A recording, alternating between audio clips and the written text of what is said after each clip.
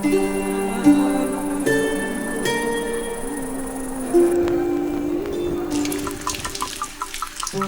river that has not changed in 1,000 years.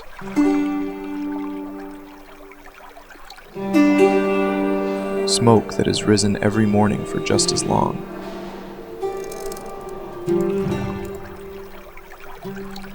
And a city that did not exist when your father was young.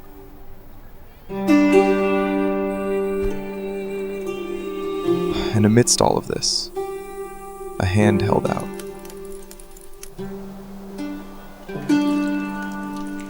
Incense placed in your hand, tea poured before you sit.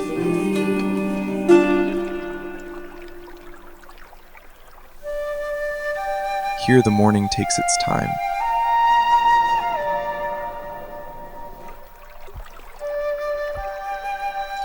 Someone has been bent over this water since before the light.